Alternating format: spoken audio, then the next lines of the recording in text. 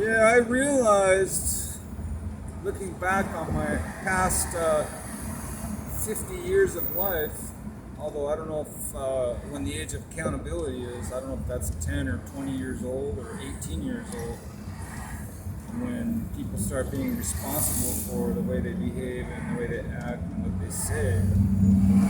But I don't recall ever being a very good negotiator. I've been kind of a demanding person, demanding my own way. I was kind of full of deceit or conceit, arrogance. And arrogance, according to Proverbs, if I remember correctly, demands its own way. It's selfish. It's prideful. It's boastful. Self-exaltation. It's an affront to humility. Humility before God, your Creator. And I was never really good at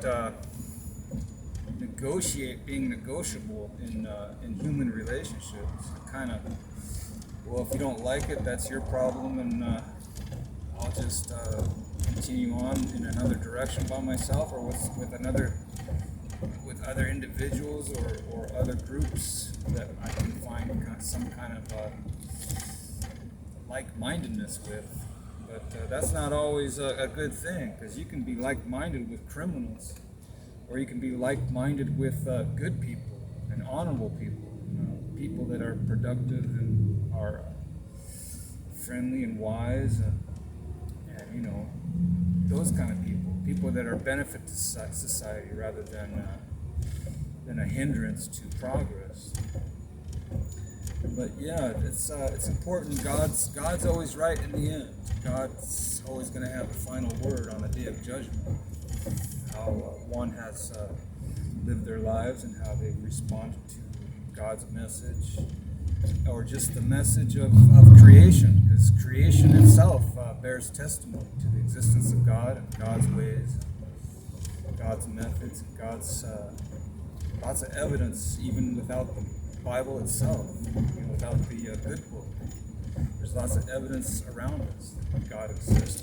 There's a moral boundaries. There's a moral compass. There's a moral standard. It's evident within nature, not just human nature, but nature all around us. There's a order, a divine order that was designed by the Almighty God, the Creator, whoever caused all these things. So yeah, we have. There is accountability, and if it's not realized during this lifetime, it will definitely come to. People have to face their Creator, give an account. That's what the good book says. So yeah, I've accepted forgiveness. God has forgiven me and pardoned me of all my sins and my foolishness and my pride and my selfishness and my conceitedness, trying to choose my own path when really the paths have already been chosen for me. I just have been trying to avoid these paths, trying to chart my own direction without consulting God. And if you don't consult God, that's not showing due reverence or respect for God.